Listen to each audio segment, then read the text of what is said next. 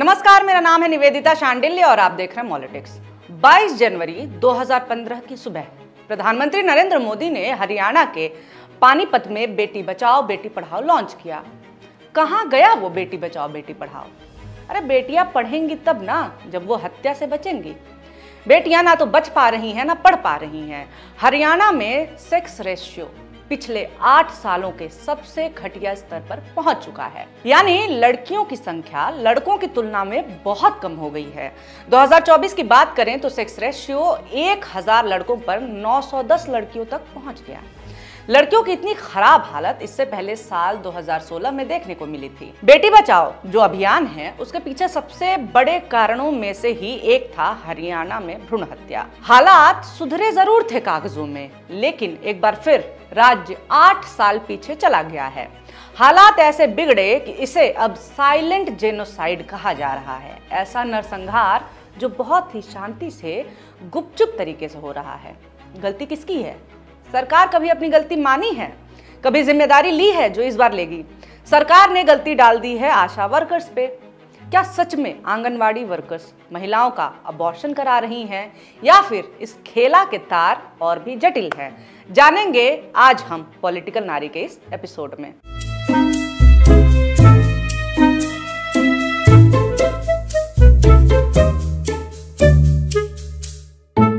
हम केवल टीवी और अखबारी दावों पर खबर नहीं चलाते हैं, जांच परख करते हैं। और यही कारण है कि आपकी ये पॉलिटिकल नारी गई हरियाणा इस सवाल का जवाब ढूंढने के लिए कि क्या हरियाणा में लड़कियों की घटती जनसंख्या इल्लीगल अबॉर्शन का सबसे बड़ा कारण आशा वर्कर्स हैं। दरअसल इसी महीने खबर आई कि हरियाणा सरकार ने गुड़गांव में आंगनवाड़ी की 393 आशा कर्मचारियों को कारण बताओ नोटिस यानी कि शो कॉज नोटिस भेजा है। ये कार्रवाई इसलिए की गई क्योंकि इन पर आरोप है कि उन्होंने उन महिलाओं के अबॉर्शन की घटनाओं की रिपोर्टिंग नहीं की जिनकी पहले से ही 2 बेटियां थीं। यानी कि एक तरह से सेक्स डिटर्मिनेशन और महिला भ्रूण हत्या को नजरअंदाज किया। इस कारण हरियाणा का जन्मजात लिंग अनुपात यानी सेक्स रेशियो फिर से बिगड़ने लगा। स्वास्थ्य विभाग ने इसका पता अपने मॉनिटरिंग सिस्टम के जरिए लगाया, जिससे यह स्पष्ट हुआ कि कई इलाकों में लगातार लिंग जांच करा करके गर्भपात कराए जा रहे हैं, लेकिन आंगनवाड़ी सहेलियों ने इस पर कार्रवाई नहीं की।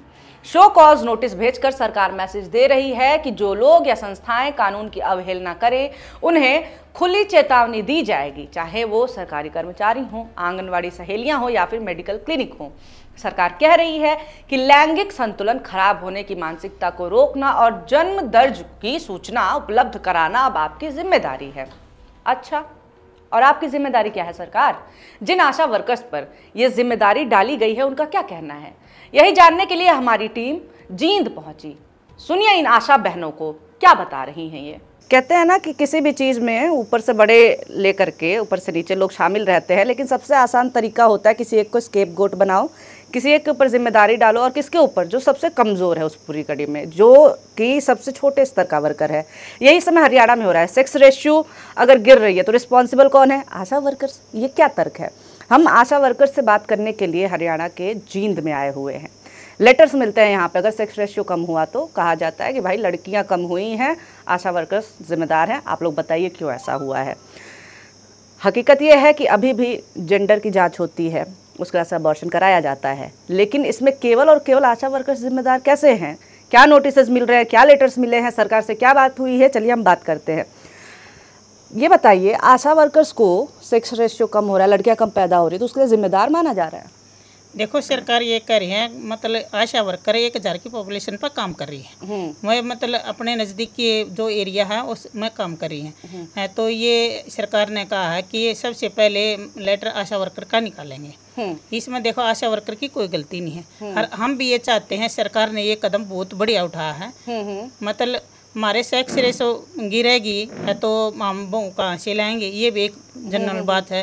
और इसी छोटी सी जिस नया दुनिया में आने से पहले मरवा देते हैं, तो इसको रोकने के लिए भी हम मतलब आगे बढ़ने के लिए ये लेकिन कहा जा रहा है इस चीज़ में मिली भगत है आशा वर्कर्स की, ऐसे आरोप लग रहे हैं। नहीं, देखो आशा इसमें ना किसी की मिली भगत नहीं है, कोई नहीं। आरोप हमारे पर लेकिन छोटी इकाई है, हम सबसे छोटी इकाई है। लेकिन हमारी छोटी इकाई के कारण हमारे पर है ना मतलब CMO SMO मतलब हमारे नोडल ऑफिसर तक ये कहा जाता है कि आशा वर्कर का लेटर निकालेंगे, उसको पद से हटाया जाएगा। अगर आप लोग शिकायत करते हैं वो नाम तो गुप्त होना चाहिए, सीधी सी बात है।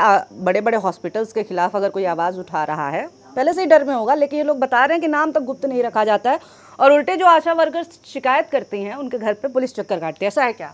हाँ मैडम है। हाँ। हमारे एक जींद के आशा वर्कर ने पकड़वाया था तो उनके घर बार बार पुलिस आई है। अच्छा। तो क्यों और लोगों का नाम गुप्त रखा जाता तो आशा वर्कर का क्यों नहीं रखा जाता? बिल्कुल। हाँ। अगर हो सकता है तो अल्ट्रासाउंड मशीन सील करवा दे सरकार। अल्ट्रासाउंड ही क्यों करते हैं?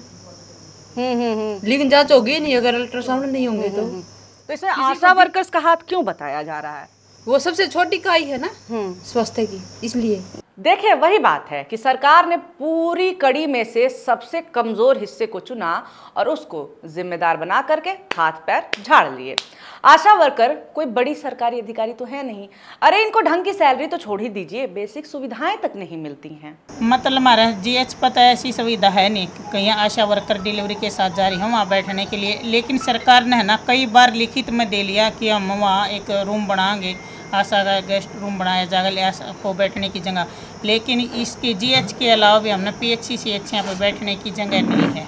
ये भी आज तक भी है ना आशा वर्कर नीचे दरी बिछा कर अपनी PHC CH पर मीटिंग कर रही हैं। बहुत सारी ऐसी PHC हैं जिस पर आशा वर्कर को बैठने के लिए कुर्सी भी नहीं है, बैठने की जगह ही नहीं दिया, जगह भी नहीं है। अच्छा मान लीजिए हॉस्पिटल में 24 घंटे का काम है तो 24 घंटे आप इधर से उधर टहलते रहेंगे? इधर उधर है, चाहे हमारे 3 दिन लग जाओ डिलीवरी में, वहाँ कदे बाहर कदे भीतर कदे बाहर कदे भीतर ऐसे ही रहते हैं। और क्या करें, मजबूर हैं, मजबूरी है हमारी।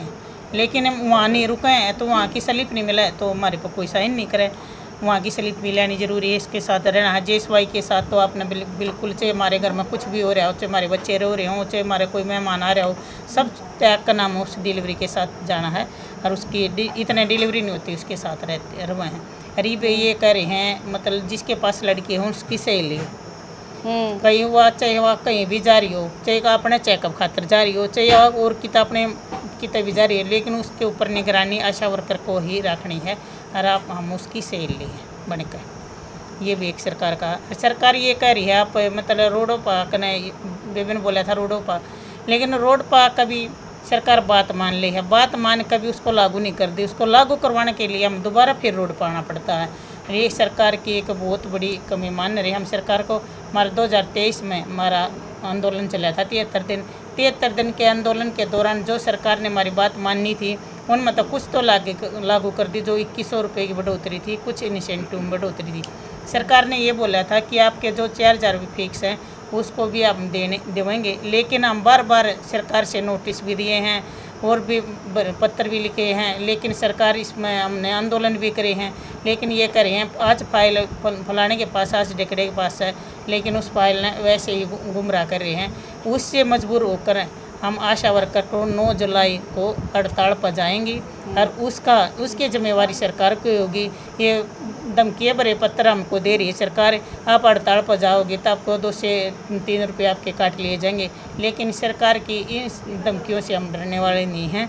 हम हड़ताल पर 9 जुलाई को हम हड़ताल पर जरूर जाएंगे। बेटी बचाओ बेटी पढ़ाओ के दुनिया भर के नारे आपको तमाम दीवारों पे दिख जाएंगे, ना केवल हरियाणा बल्कि पूरे देश में। लेकिन ये बात मजाक लगने लगती है जब आप इस पूरे मुहिम में ऊपर से नीचे का भ्रष्टाचार देखते हैं। तो ऐसे में अब आप देखिए कि जो लोग इसके लिए जिम्मेदार हैं, जिनको जिम्मेवारी दी गई है कि आशा वर्कर्स कि गांव-गांव जाकर के लोगों को जागरूक करें, उन्हें इस तरह की परेशानी देखने को मिल रही है कि अगर 24 घंटे का काम है तो भी 24 घंटे भी उनको बैठने के लिए कुर्सी तक नहीं दी जाएगी, 48 घंटे का हो। ये किस तरह की अमानवीय स्थिति में आशा वर्कर्स को काम कराया जा रहा है, ये बात आपने अभी हमसे सुनी। इन आशा वर्कर्स से हमने बात की, आपने उनकी बात सुनी। तो अब देखिए सरकारों को तय करना होगा कि भाई सबसे छोटे जो लोग हैं, सबसे छोटी इकाई है, आप उसके ऊपर जिम्मेदारी डाल करके अपनी जिम्मेदारियों से मुक्त नहीं हो सकते हैं, हाथ नहीं धो सकते हैं। ज़रूरत है काम करने की। ऊपर से नीचे लेवल पे बड़े बड़े जो बिजनेस वाले हॉस्पिटल्स हैं ना, उस पर भी थोड़ी कार्रवाई कर लीजिए आशा वर्कर्स से ध्यान हटा करके। आप सोचिए इन महिलाओं पर पूरे राज्य को सुधारने की जिम्मेदारी डाल दी गई है। बात सही है कि आंगनवाड़ी आशा वर्कर्स ने लापरवाही की है, इसलिए कार्रवाई हो रही है, मगर ये बात बिल्कुल भी सही नहीं हो सकती कि जो भी गलती है इन्हीं की है। सबसे बड़ी गलती पता है किसकी है? सरकार की है। ये कोई गैस, कोई ओपिनियन या फिर दावा नहीं है, ये हकीकत है।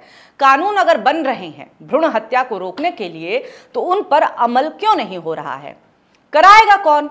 अमल तो सरकार ही कराएगी ना, कि कानून बन गया है बस अब हम आराम फरमाएंगे। कमी कानून की नहीं है, कमी है कानून लागू कराने वालों में। हरियाणा में लड़कियों के भ्रूण हत्या को, गर्भपात को रोकने के लिए PCPNDT कानून यानी कि pre conception and prenatal diagnostic techniques act 1994 लागू किया गया है। ये कानून लिंग जांच को गैर कानूनी मानता है और दोषियों को जेल और जुर्माने की सजा का प्रावधान करता है। सरकार बार बार कहती है कि वो इस कानून को सख्ती से लागू करा रही है, लेकिन जमीनी हकीकत कुछ और ही नजर आती है। इस कानून का अमल कागजों में ज्यादा और धरातल पर कम है।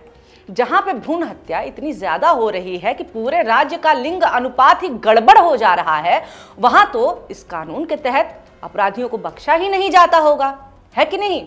ना, बिल्कुल नहीं ऐसा। पिछले 9 सालों में 1000 तो छोड़िए, 100, 90, 80 भी छोड़ दीजिए, कुल मिलाकर भी 70 लोगों को भी सजा नहीं मिली है। हरियाणा सरकार के अनुसार 2014 से 2023 तक 1217 FIR दर्ज की गई, यानी कि 1000 से ज्यादा लिंग जांच गर्भपात के मामलों में केस दर्ज हुए, लेकिन इतने मामलों में सिर्फ और सिर्फ 67 मामलों में सजा हुई है, यानी सजा की दर लगभग 12% ही है। इसका मतलब यह है कि हर 10 में से 9 आरोपी बच जाते हैं। 10 लोग हत्या करते हैं, सजा केवल एक को ही मिल पाती है, बाकी केस कोर्ट में लटकता रहता है। अभी तो ये वो मामले हैं जहां FIR होती है, केस दर्ज होता है। सोचिए कितने केस होंगे जिनका पता भी नहीं चला होगा, गुपचुप तरीके से अबॉर्शन करा दिया गया होगा। FIR दर्ज कराने में भी कमी आई है। राज्य में 2023 में कुल 85 FIR दर्ज हुए, जबकि 2024 में केवल 47 FIR दर्ज हुए हैं। इसका मतलब है कि जिनका काम है निगरानी करना, केस दर्ज कराना, वो अपना काम कर ही नहीं रहे हैं। अब जब सेक्स रेशियो गिर गया है तब जिम्मेदारी तय की जा रही है और बलि का बकरा सबसे छोटी इकाई आशा वर्कर्स को बनाया जा रहा है। उन अधिकारियों का क्या जिनका काम है निगरानी रखना। गर्भपात को लेकर कभी किसी अधिकारी पर ना तो कार्रवाई हुई है, ना सस्पेंशन हुआ है और ना ही उनका प्रमोशन रोका गया है। ज्यादा से ज्यादा कारण बताओ नोटिस भेज दिया जाता है, जिसका कोई मतलब तो इनके लिए होता नहीं है। फिर क्यों करेंगे वो काम, जब काम ना करने पर भी उतना ही मिलना है जितना काम करने पर तो काम नहीं ही करते हैं ये अधिकारी। अवैध क्लिनिक जिनका पूरा धंधा ही लड़कियों को मारने यानी कि भ्रूण हत्या पर ही टिका हुआ है, उन पर कोई लगाम लगाने को तैयार ही नहीं है।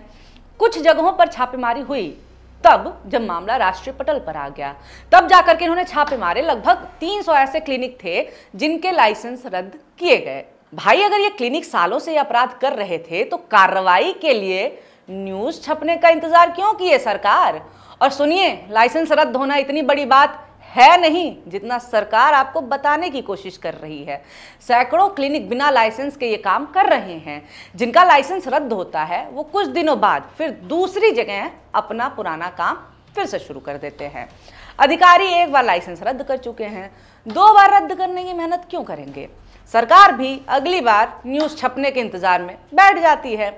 वैसे एक बात और आपको बता देती हूँ, ये भ्रूण हत्या क्लिनिक इतने आराम से इसलिए चलते हैं क्योंकि कई बार इनकी मिली भगत अधिकारियों और ज्यादातर नेताओं से रहती है। अब सैया भय कोतवाल तो फिर डर काहे का। आखिर हरियाणा में लड़कियों की इतनी बुरी स्थिति के लिए, उनकी भ्रूण हत्या के लिए आप किसे जिम्मेदार मानते हैं? ये आप कमेंट करके हमें ज़रूर बताइएगा, अपनी राय लिखिएगा। वीडियो आपने अंत तक देखा हो और ये मुद्दा आपको अच्छा लगा हो, ज़रूरी लगा हो तो लाइक ज़रूर करिएगा और ऐसी वीडियोस आपके सामने आते रहे इसके लिए हमारे चैनल मॉलिटिक्स को सब्सक्राइब करना ना भूलिएगा। वीडियो देखने के लिए बहुत शुक्रिया, बहुत धन्यवाद।